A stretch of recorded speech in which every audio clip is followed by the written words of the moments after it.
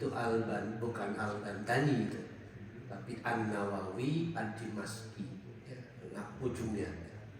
Kalau Al-Bantani biasa dipakai kitab-kitab tipis ya, meskipun ada juga yang tebal.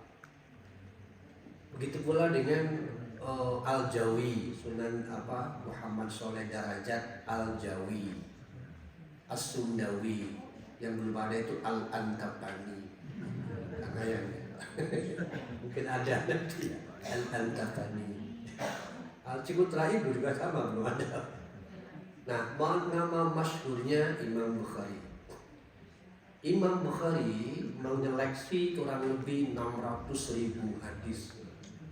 Bisa kita bayangkan, selama kurang lebih 16 tahun petualangan yang beliau lakukan. Nah, sedikit saya lari dulu ke ayatnya. Beliau Bukhari rahimahullah melakukan apa yang disebut di dalam surat At-Taubah namanya As-Sa'ikhun. Jadi kalau Bapak Ibu lihat, bolehlah sambil memori ditulis atau apa ya. Surat 9, 111, 112. Nanti bisa dilihat lagi di rumah ya. 9, 111 dan 112. Di ayat 111 dipaparkan tentang transaksi atau jual beli. Tetapi jual belinya bukan antar manusia, melainkan antara hamba dan Allah. Hanya saja yang namanya jual beli pasti unsur transaksinya sama. Ada buyer pembeli, ada seller penjual, ada produk atau produk yang dijual belikan, ada medium of payment atau media pembayaran. Jadi 4 itu pasti, penjual, pembeli barang, dan alat pembayaran. Siapa penjualnya? Allah. Innallaha ashtara. Sungguh Allah telah membeli. Berarti Allah adalah buyer, pembeli.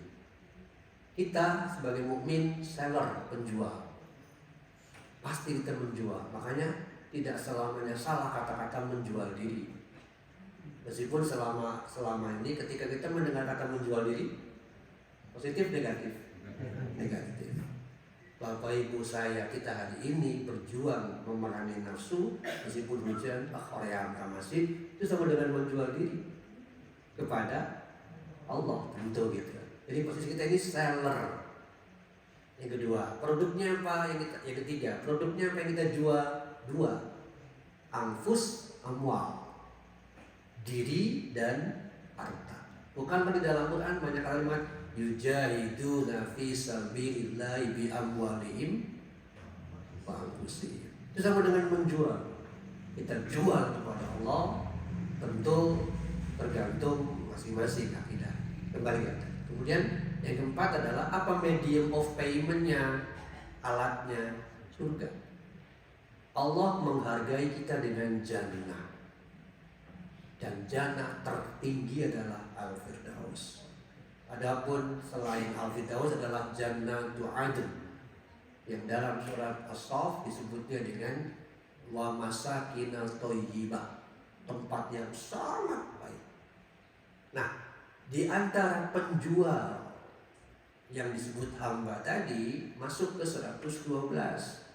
Di ayat 112 itu setidaknya ada tanda kutip ya, profesi lah semacam, atau amalan yang menjadi bukti bahwa kita siap menjual diri kepada Allah.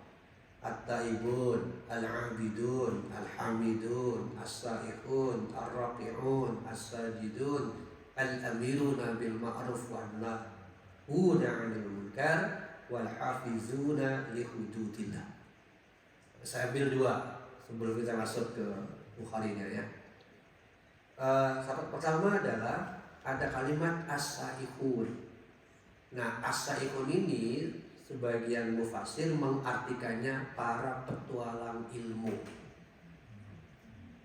para pencari ilmu.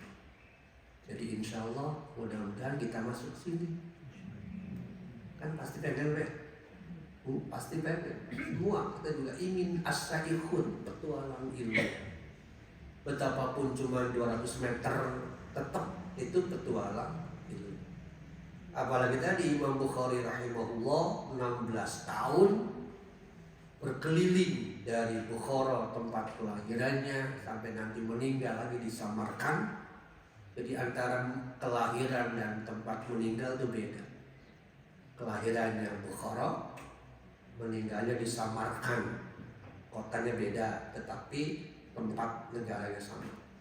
16 tahun bayangkan, keliling Basra, Baghdad, Madinah, Mekah, Damaskus, Palestina, bolak-balik terus. Untuk apa? Melakukan klarifikasi, konfirmasi betul tidak si fulan ini pernah mendapatkan hadis gitu. Jadi betul-betul mendatangi, bahasa Turkinya turba, turun ke bawah. Turki, turunan kidul maksudnya. Jadi bahasa Turkinya turba, turun ke bawah.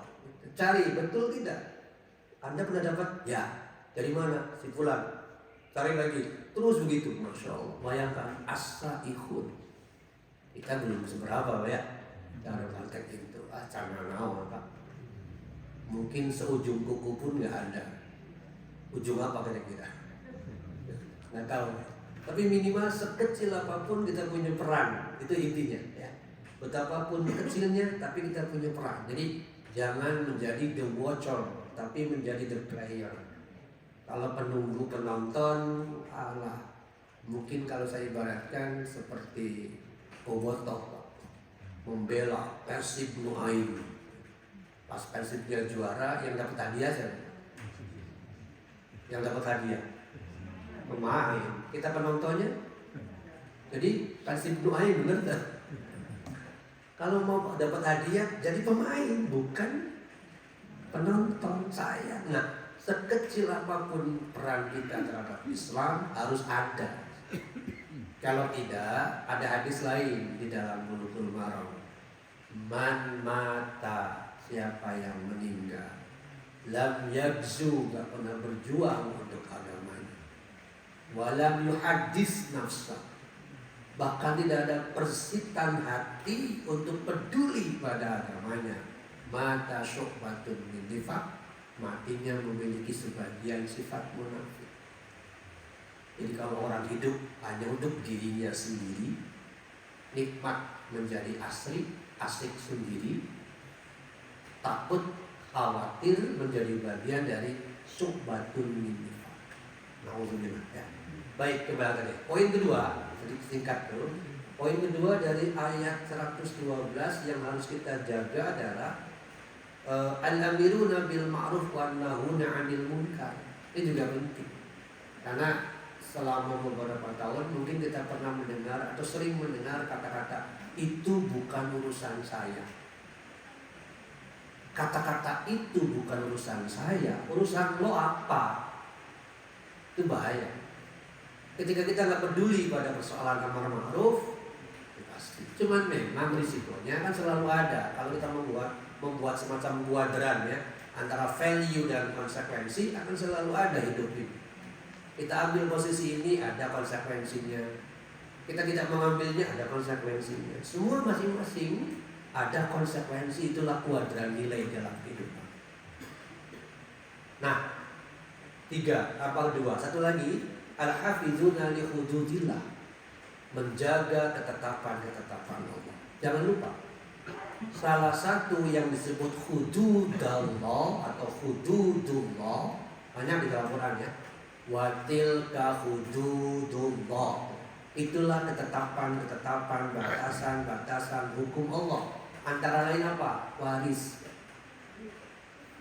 Kita sering mendengar kasus, termasuk saya juga beberapa kali menangani persoalan ini.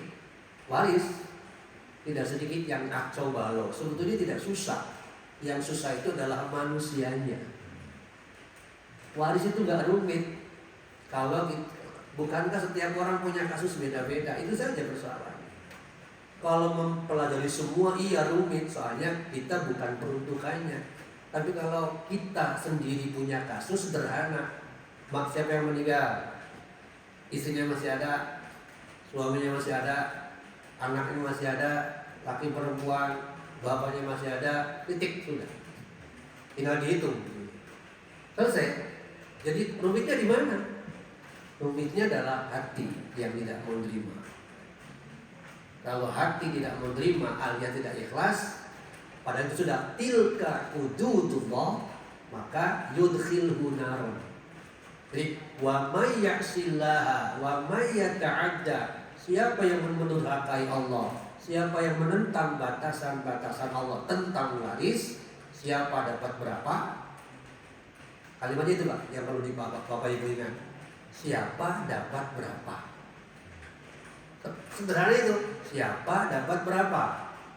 Siapanya, suami dapat berapa? Ada. Istri dapat berapa? Ada. Itu gambar. Itulah hafizuna li hududillah. Nah, kembali ke persoalan Sahih Bukhari ya. Jadi saya mengambil hadis ayat 112 untuk menyemangati kita. Mari kita masuk ke dalam antara lain tadi as-saihun atau al-amirun bisa atau al-hafizun. Karena apa? Ujungnya yang kita raih insya Allah adalah fauzul azim. Pada ayat 111 kan gitu. Ya, ada kalimat zalika huwal fauzul azim. Itulah kemenangan yang besar. Nah, kemenangan yang besar itu kalau saya memahaminya sebetulnya bagian dari hasanah.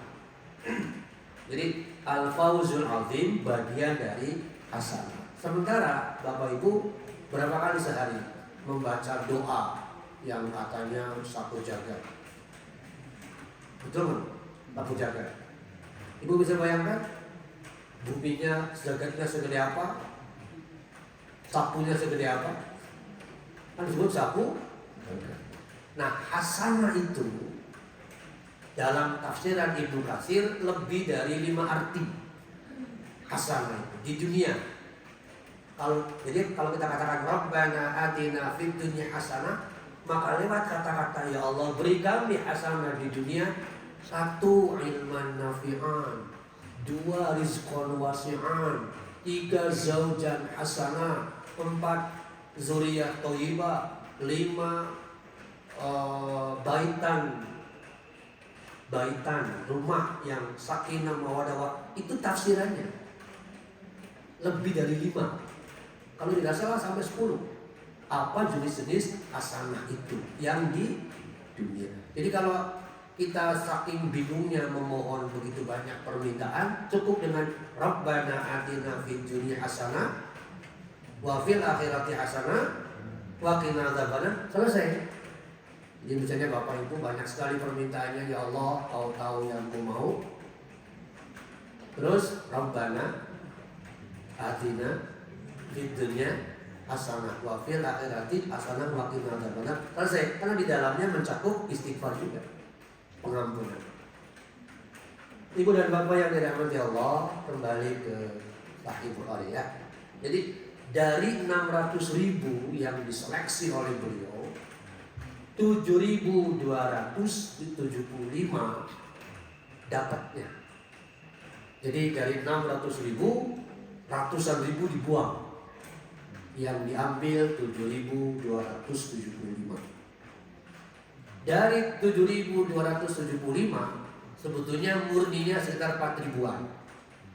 Kenapa kok sampai beda 3.000-an? Karena 3.000-an itu pengulangan. Sehingga nanti di dalam penyusunan Sahih Bukhari di bawah itu ada kalimat hadis ini atrofi terdapat pada nomor. Nah itu nomornya itu berarti pengulangan. Nomor 1 juga hadis nomor 1 terdapat di nomor sekian. Itu pengulangan itu yang menyebut sampai 7.275. Kenapa terjadi pengulangan? Karena terkait dengan persoalan tema. Tema itu bisa ingat ya, keunikan hadis itu, satu hadis kan suka panjang ya, sehingga hadis ini ada pada bab yang ini, tapi diulang lagi di bab lain karena mengulangnya bukan tema yang sama, tema yang lain, tapi di bagian bawah. Itu salah satu sebab mengapa terjadi pengulangan. Jadi aslinya 4 ribuan.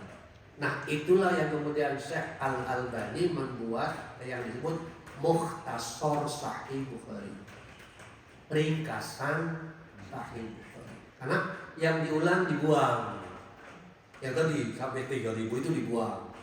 Yang diambil yang satu masing-masing, tidak terjadi pengulangan. Nah, dalam banyak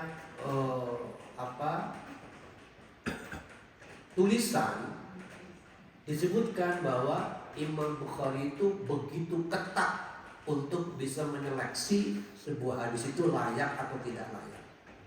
Mungkin dalam bahasa istilah kajian hadis ada dobitnya, ada keteladanan, kekuatan hafalan orang ini terkenal lemah atau kuat, atau sikohnya, tingkat kredibilitasnya, pernah nggak dia berbuat sesuatu yang keliru, tentu merujuk pada yang lain.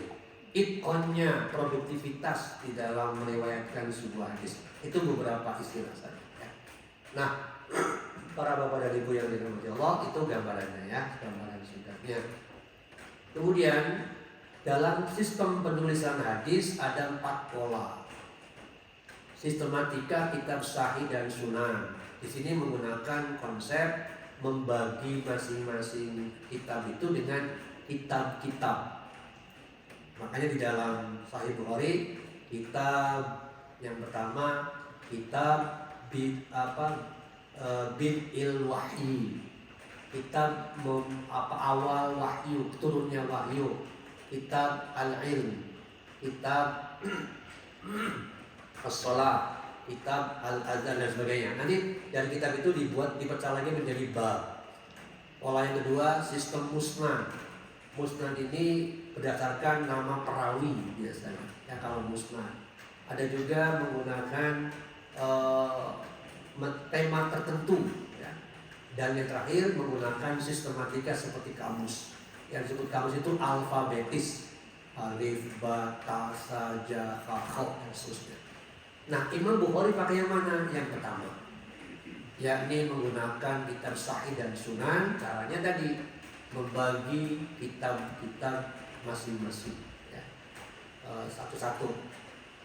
Salah satu kalau sekarang nih Bapak Ibu mempelajari hadis yang free, gratis, situsnya banyak luar biasa, berlimpah, Masya Allah. Misalnya pemerintah Arab Saudi, pemerintah Qatar itu membuat situs-situs yang di dalamnya diupload ribuan judul kitab. Silakan diunduh gratis. Masalahnya orang bisa tuh. Itu kan Pak? Ribuan hadis, ya Allah. Situsnya banyak, ada hadis portal, ada hadis etamat maudhu, ada juga Sambil yang terkenal ya, ratusan ribu kitab, dan kita bisa copy paste. Bukan ada yang bentuk PDF, ada, tinggal klik nanti kita gratis, silakan. Malah kalau kalangan akademik lapor dulu, Anda namanya siapa, kerja di mana, tugas apa, itu ada yang formal gitu ya. Tapi ada yang free, copy paste silakan bebas, dan itu insya Allah sahih, kuat. Ya, secara validasi. Antara lain ini yang saya sering ambil ya, bisa Syamil, Maktabah Syamil, bisa juga situs Jami' Sunnah Wasuruhiha. Itu yang diasuh oleh Syekh Shalih Al-Utsaimin ya. Jamaah Bapak Ibu dan yang dirahmati Allah, sekarang saya ambil itu contoh dulu ya untuk pagi ini, yakni bagaimana wahyu pertama turun, bab Bad'il Wahyi. Qala Syekh Al-Imam Al-Hafidz Abu Abdillah Muhammad Ibn Ismail Ibn Ibrahim Ibn Al-Mughirah Al-Bukhari rahimahullah ta'ala menulis di dalam kalimat awalnya, kaifa kana bad'ul wahyi ila Rasulillah SAW. Dia mengatakan bagaimana cara pertama kali turun wahyu itu kepada Rasulullah SAW. Ini kalau didekati dengan Sirah Nabawiyah sama bisa. Karena riwayat itu cukup banyak. Pertama kali Imam Bukhari mengutip ayat 163 surat An-Nisa. Nah, bagaimana nih ayat ini? Kayak kita lihat Pak. Surat 4 163 sampai 165 kalau ambil secara utuh ya. Singkatnya gini. An-Nisa ini menguraikan tentang kami mewahyukan kepadamu, inna awhayna ilaika, kami telah mewahyukan pada Muhammad SAW kama. Nah, kata kama ini menunjukkan bahwa sama, persamaan antara wahyu yang Allah berikan kepada ila Nuh, kepada Nuh alaihissalam dulu, wan nabiyina min ba'di, dan nabi-nabi setelahnya. Jadi antara Nuh alaihissalam sebagai rasul pertama dengan wahyu kepada beliau itu kama, sama. Prosesnya, hakikatnya yang berbeda, konten ya, yang berbeda isi. Saling melengkapi. Wa auhayna ila Ibrahim, begitu pula kami telah mewahyukan Ibrahim, Ismail, Ishak, Yakub, Al-Asbad dan seterusnya. Ini panjang lagi. Ini bisa ambil terkait dengan masalah sejarah bagaimana Bani Israel, sejarah bagaimana Bani Ismail. Satu. Kemudian ayat 164-nya menyebutkan bahwa Nabi itu ada yang qasasna alaih, ada yang Allah pisahkan. Yang kedua, lam naqsushum alaih, ada yang tidak Allah pisahkan. Terlepas dari riwayatnya oleh sebagian ulama disebut lemah, tapi Ibnu Katsir mengutip oleh Sayyid Qutb kalau nggak salah hadis ini dilemahkan. Apa itu? Ibnu Katsir mengutip, Nabi itu jumlahnya 124.000. Tapi riwayat ini oleh Ibnu Katsir saya bilang diambil ya, tapi oleh Sayyid Qutb dilemahkan. 124.000. Dari 124.000 yang menjadi rasul hanya 413 yang menjadi rasul. Karena ulama membedakan nabi dan rasul definisinya. Dari 124.000 saya bagi dua. 124.000 ada yang dikisahkan, ada yang tidak dikisahkan. Oke, jadi 124.000 diperas menjadi 413. Dari 413 rasul diperas menjadi 2. Ada yang dikisahkan, ada yang tidak dikisahkan. Yang dikisahkan oleh Syekh Said Sabiq 28 orang. Meskipun mungkin yang terkenal dalam memori Bapak Ibu kita semua berapa? Nah, Said Sabiq tidak 25, 28. Kok beda? Itu tadi makanya ya. 28 nama. Sedangkan yang dikisahkan, yang dikatakan itu ada 25 atau 28. Yang tidak jauh lebih banyak. Nah, kita masuk ke yang dikisahkan. Dari 25 atau 28 orang diperas menjadi 5 yang masuk kategori ulul azmi. Meskipun pendapat lain 6. 5 itu Ibrahim alaihissalam, Musa alaihissalam, Isa alaihissalam, kemudian Muhammad Rasulullah SAW. Nuh dulu, Ibrahim, Musa, Isa, Muhammad Sallallahu Alaihi Wasallam. Dari 5 ini diperas lagi jadi 2. Namanya Khawlani. Khawlani itu apa? Kawan setia Allah, sahabat setia Allah, karena begitu dekatnya dengan Allah. Khawlani. Jadi 124.000 peras jadi 413, peras lagi jadi 2 tadi, dikisahkan tidak dikisahkan. Yang dikisahkan 25 atau 28. Kita lewat yang tidak dikisahkan lebih banyak ya. dari katakanlah 25 atau 28 diperas lagi menjadi 5 ulul azmi. Dari 5 diperas lagi menjadi 2 Khawlani. Siapa dia? Ibrahim alaihissalam dan Muhammad sallallahu alaihi wasallam. Dari 2 orang Khawlani diperas lagi cuma 1 yang memberi syafaat, dialah Muhammad Rasulullah SAW. Jadi kita ini sebetulnya istimewa kan Pak kalau gitu ya. Bangga sekali sebagai muslim. Tapi lah itu, kebanggaan itulah yang menjadi tantangan besar. Kenapa? Kalau kita perhatikan, berapa banyak yang minat untuk tafakuh fiddin, minat mendalami ilmu agamanya sendiri. Malah terkadang yang mu'alaf jauh lebih rajin ya belajarnya daripada yang betul. Jadi era ya kan? Baru era kenapa Jesslyn Thea Lestari yang baru beberapa hari tapi luar biasa mampu mengislamkan sekian puluh orang. Don Ditan, jangan bicara Felixio yang memang reading habitnya luar biasa. Ya Don Ditan itu sudah berapa puluh, Masya Allah.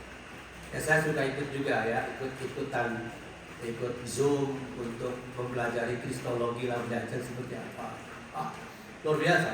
Mereka bangga sekali ternyata Quran luar biasa. Belum lagi Profesor Menahem Ali yang filologinya luar biasa. Aduh, saya kadang bangga mereka, ya Allah, nikmat sekali kalau ikut dengan mereka kajian. Jadi terkait dengan nabi-nabi dulu itu menggunakan konsep filologi luar biasa. Pemahamannya. Baik para bapak, itu kira-kira awal ayatnya ya. Jadi di dalam sistematika Sahih Bukhari begitu. Kemudian, nah saya kutip nih pandangan tentang Said Sabiq dulu ya mengenai hubungan antara nabi. Beliau mengatakan begini dalam kitab Al-Aqaid Al-Islamiyah. Kitab ini tahun 62 kalau nggak salah terbitnya, tetapi kontennya masih relevan. Wa hadzal mafhum lil imani huwa al-aqidatul lati anzalallahu biha kutubah wa arsala biha rusulah wa ja'alaha wasiyah fil awwalin wal akhirin. Kalimat ini sudah mewakili fahiya aqidatun wahidah, bahwa akidah Nabi itu satu. Akidah Nabi itu satu, tidak ada akidah yang lain, yaitu al-aqidatul islamiyah al-hanifiyah, akidah Islam yang hanif, yang lurus. Jadi kalau misalnya kita mendalami lebih jauh, lalu dari mana sejarah Yahudi Nasrani itu ratusan tahun setelahnya. Nah didalami oleh mereka-mereka ini, kapan Yahudi, istilah Yahudi lahir, kapan istilah Nasrani lahir. Di dalam itu akidah katanya, bahwa konsep iman itu sama dengan akidah. Anzalallahu biha kutubah, yang Allah turunkan melalui kitab. Jadi kalau ingin mempelajari akidah, jangan jauh dari sumber kitabnya. Dalam hal ini kita menyebutnya Al-Quran. Kalau kita mempelajari akidah jauh dari kitab, nanti khawatir seperti yang sempat ramai dulu, Gus Samsudi, bukan Samsudi yang pernah di sini, bukan ya? Gus Samsudi. Rame itu, viral, istilah sekarang kan viral ya, viral. Kenapa? Karena Gus Samsudin, kita buang Gus dari memalukan namanya, Samsudin saja. Dia buat konten, di dalam konten itu boleh menikah suka sama suka. Bayangkan.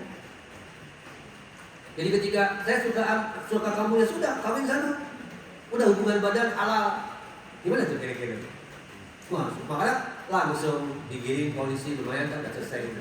Sebab kalau dia udah digituin, gak kapok-kapok. Kan kita ini dalam rangka apa? Mencari 3 dalam apa? Saat orang mengupload sesuatu, subscriber, share, and like. Itu kan coba subscribe, like, and share, komen, plus. Untuk apa? Rupiah. Kalau terkenal, viral, banyak yang viewer itu, bayangkan Pak, Anies Baswedan saja per bulan dapat 150 juta dari YouTube. Gratis Pak. Hanya dengan mengupload terus kegiatan, viewer, gak usah capek. Capeknya Pak, cari konten yang baik. Makanya dampaknya Pak, dampaknya adalah orang ingin dapat viewer kan, akhirnya cari yang sensasional, yang kira-kira wow, langsung lihat-lihat. Dalam sebulan itu bisa puluhan juta. Kalau sudah di atas 1 juta yang like-nya, yang view-nya. Makanya jangan kaget kalau YouTube sekarang wow, salah satu ladang untuk mendapatkan rupiah. Ya, itu gambaran. Masalahnya adalah apa kontennya kan, halal haram di situ disebutkan. Kalau kontennya seperti Ustadz Adi, Ustadz Adi berapa ratus juta per bulan. Jadi wajar kalau beliau sedekah sini ya. Umroh karena uangnya Pak dari YouTube tadi ratusan juta. Baik, itu para bapak ya gambarannya. Ibu dan bapak yang dirahmati Allah. Nah, tentang hadis pertama mungkin saya lewati, tapi singkat saja. Hadis pertama yang tercantum di dalam Sahih Bukhari itu hadis yang terkenal yang berkaitan dengan niat itu. Innamal a'malu binniyat, itu hadis pertama. Mungkin kita bertanya-tanya, kenapa hadis pertamanya itu? Bukankah itu tidak ada hubungan dengan wahyu? Sebab tadi kan kitab pertamanya kitab Al-Wahyu ila Rasulillah SAW. Kenapa hadis pertamanya ini? Setahu saya ada 3 kitab yang hadis pertamanya ini. 1 Sahih Bukhari. Kalau Sahih Muslim tidak. Kedua Riyadhus Shalihin yang sudah kita bahas dulu ya. Ketiga Hadisul Arba'in. Hadisul Arba'in sedang saya bahas di Salman. Itu hadis pertamanya ini. Innamal a'malu binniyat wa innamal likulli imri'in ma nawa, dan seterusnya. Ringkasnya hadis ini mencakup 2 poin. Pertama, pentingnya niat.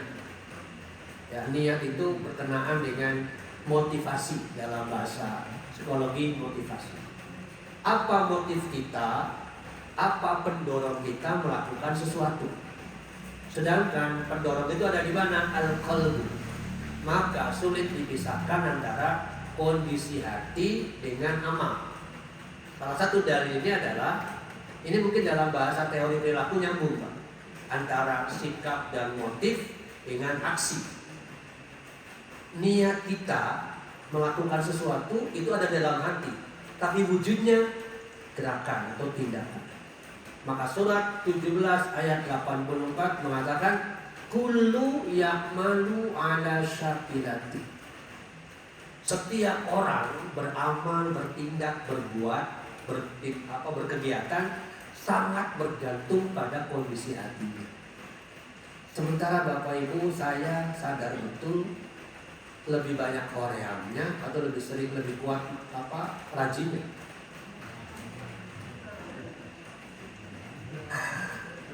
Bapak, mangga ngaca masing-masing gue. Lebih banyak koream atau lebih banyak rajin? Asal koream dia kan masih. Ketika dalam hati kita sudah mulai begitu, segeralah datangi kawan, nasihat gitu.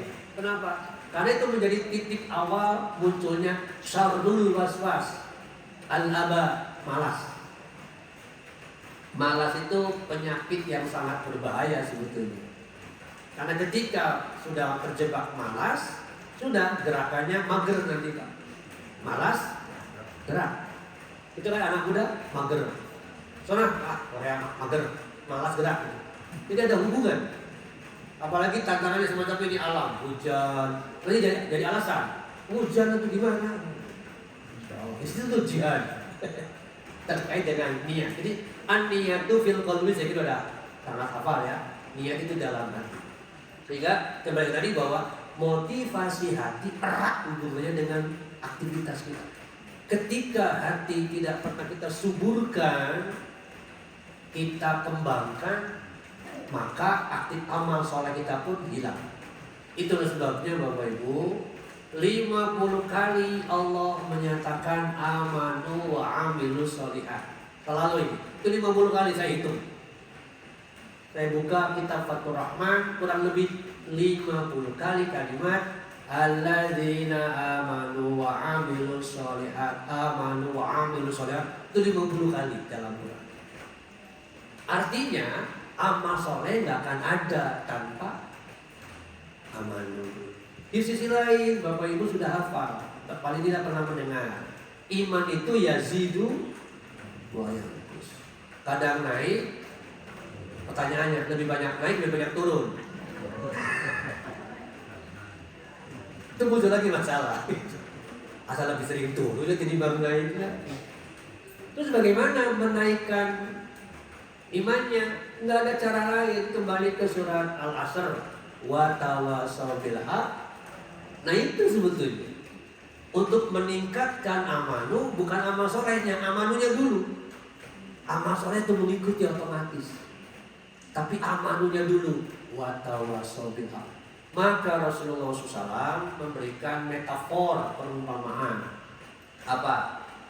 Al-ilmu wal huda kamasali goisi. Ilmu dan Al-Quran itu ibarat air hujan. Ilmu dan Al-Quran itu ibarat air hujan. Hati ibarat tanah. Hati ibarat tanah. Coba kita cross check kan. Hati ibarat tanah, ilmu Quran ibarat air.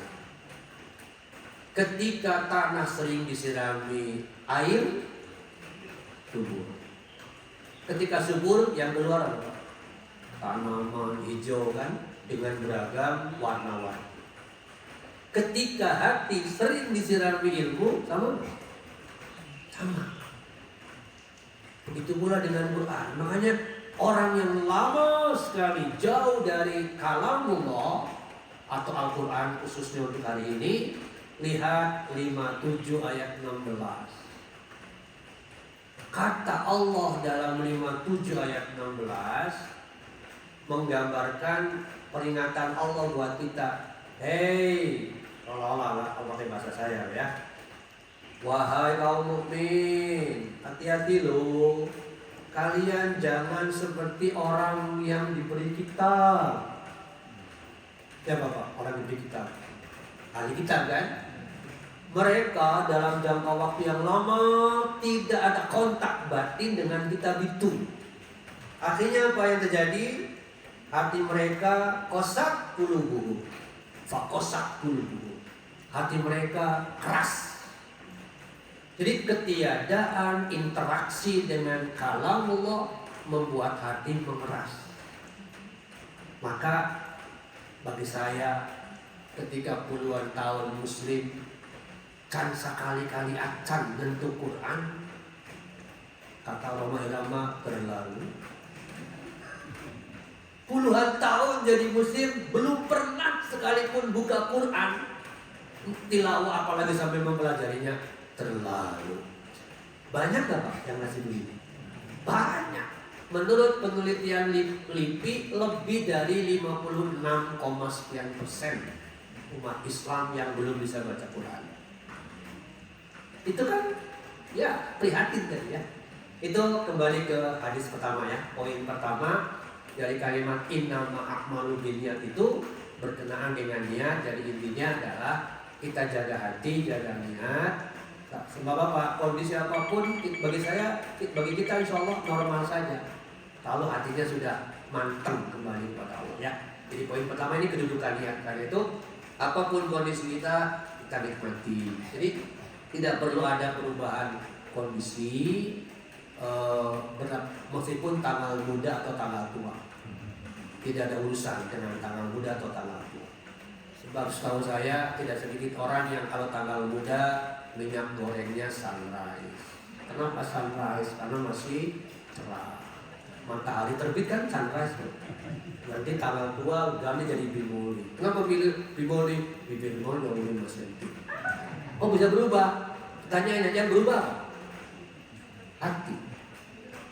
Bagaimana menikmati rezeki? Ya itu, itulah namanya mayyastaghni yughnihillah, kata Allah. Pernah juga di situ. Betul. Siapa yang merasa cukup atas pemberian Allah, yughnihillah, Allah akan memberinya kecukupan.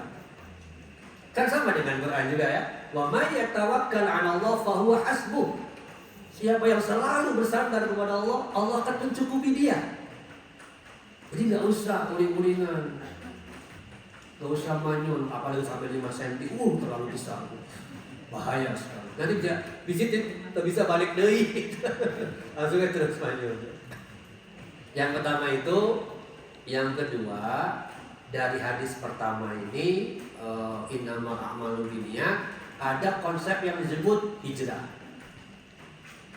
Satu tulisan kecil tapi luar biasa besar pengaruhnya adalah Al-Hijratu, tulisan Ismail Raji Al-Faruq. Maknanya diulas. Meskipun secara sederhana iya, hijrah itu ya perubahan. Ya, perubahan atau perpindahan. Nah, apakah hidup pasti berubah? Pasti. Coba Bapak Ibu sudah mengalami belum ayat 54 surat 30. Surat 30 ayat 54 menyebutkan bahwa kita mengalami 3 tahap. Lemah, kuat, lemah. Nah, itu yang mana? Saya, Ibu yang mana? Bapak? Yang ketiga atau yang kedua? Yang ketiga kan? Yang kedua menuju ketiga. Lemah sudah lewat. Lemah pertama sudah lewat. Kuat, jadi kuatnya cuma sekali. Lemah, kuat, lemah. Lemah pertama sudah lewat. Kuat itu puncaknya 40 tahun. Ada yang 40 tahun jadi nggak ada. Sudah lewat 40 tahun kan? Berarti menuju kuat ke lemah kan? Nah di situ tuur nyeri wae, silman, pundak, lutut, kaki, macam-macam. Bisa dilawan? Tidak bisa dilawan? Tidak bisa. Jadi kembali fisik itu pasti begitu. Yang perlu kita jaga adalah rohani. Jasmani susah dilawan. Yang kita bisa lakukan memperlambat. Ya. Caranya ya tadi, pola makan, pola tidur, pola pikiran, pola macam-macam. Pokoknya memperlambat bisa, menghambat nggak bisa. Tapi rohani harus kita kuatkan. Nah kalau rohaninya tidak kita kuatkan, khawatir su'ul husnul. Su'ul. Kalau husnul kan terus mantap, nah itu yang berat. Makanya kembali tadi, hadis itu, ilmu itu, Quran itu ibarat air, hati ibarat tanah. Maka mari kita sirami terus dengan ilmu Quran dan hadis tadi ya. Yang terakhir para Bapak Ibu, satu riwayat penting. An-Nisa ayat 100 menyebutkan tentang seseorang yang berjuang ikut hijrah, tetapi kemudian di tengah jalan wafat, meninggal, belum sampai ke tempat tujuan, tapi Allah sudah mencatat baginya keistimewaan. Karena itulah makanya mengapa seluruh amal itu niat yang menjadi hal penting untuk kita jaga, dan itu berkaitan dengan hati. Mudah-mudahan review tentang hadis pertama ini setidaknya ya menyemangati kita kembali bagaimana kita beribadah dengan penuh antusiasme. Sekali lagi, ilmu tidak boleh lepas dari kehidupan kita, sebab Allah memberi kita umur menurut Fatir 37, nu'ammirkum ma yatazakkan. Kami memberi kalian umur atau usia itu untuk berpikir dan belajar. Jadi kalau hidup kita yang tersisa ini tidak kita manfaatkan untuk itu, sayang. Insya Allah nanti di alam kubur sana akan menjadi cahaya. Sedikit saya kutip hadis yang terakhir. Ada seorang perempuan yang takumal masjid, bersih-bersih, menyiapkan segala sesuatu terkait dengan aktivitas di masjid. Rasul merasa bangga dengan ibu itu. Lalu beliau pergi. Sekian waktu kemudian beliau kembali lagi ke masjid itu. Tapi al-mar'atu sauda, perempuan berkulit hitam yang kemarin aktif di masjid, tidak ada. Lalu beliau bertanya, itu ibu yang kemarin aktif di masjid kemana ya? Iya, matat. Oh, dia sudah meninggal ya Rasulullah. Apa kata beliau? Kenapa kalian tidak memberitahu saya bahwa dia sudah meninggal? Nah ini, sebagian sahabat menganggapnya, mungkin kalau pakai bahasa Sunda, pirakuge. Kalau kata-kata pirakuge, pirakuge, tukang sasapu. Apa kira-kira? Merendahkan. Pirakuge tukang sasapu lah. Tengaruh. Justru karena anggapan bahwa yang bersangkutan diremehkan, apa kata Rasul? Beliau kemudian mengatakan bahwa kalian jangan seperti itu istimewa dia. Tunjukkan di mana kuburannya. Maka beliau ditunjukkan kuburannya, lalu mendatangi kuburan itu. Di depan kuburan itu beliau berkata, bersabda begini, Inna hadza qabra, sungguh kuburan ini madlumatun mamlu'ah. Kuburan orang ini gelap luar biasa. Walakin Allah yunawwiruha, tapi Allah meneranginya dengan amalnya. Itu. Jadi jangan menganggap sepele aktivitas di masjid. Insya Allah istimewa. Istimewa luar biasa. Contoh kedua, di Kuningan sekian tahun yang lalu, kalaupun sudah pernah saya ceritakan ya. Seorang ibu ngajar-ngajar anak bersama anaknya, kemudian meninggal, singkatnya yang meninggal. Terus dikubur. Nah, komplek kuburan itu dibongkar karena dipindahkan ke lereng Gunung Ciremai. Rislah soalnya, memang strategis sekali. Dibongkar kurang lebih selapang bola lah luasnya. Salah satu kuburan yang bau wangi dan masih utuh jasadnya adalah ibu ini. Ibu dan anaknya masih utuh, padahal sudah lebih dari 25 tahun usia kuburan itu. Diselidiki ternyata siapakah dia? Oh, ibu fulana. Dulunya ngaji saya ini. Jadi insya Allah aktivitas di masjid itu istimewa. Jadi jangan ragu di situ. Demikian para bapak ibu yang kita bahas. Mohon maaf agak macak jadinya ya. Karena itu yang bisa kita lakukan, sedikit banyak memberi motivasi kembali. Barakallahu alaihi wa lakum. Assalamualaikum warahmatullahi wabarakatuh.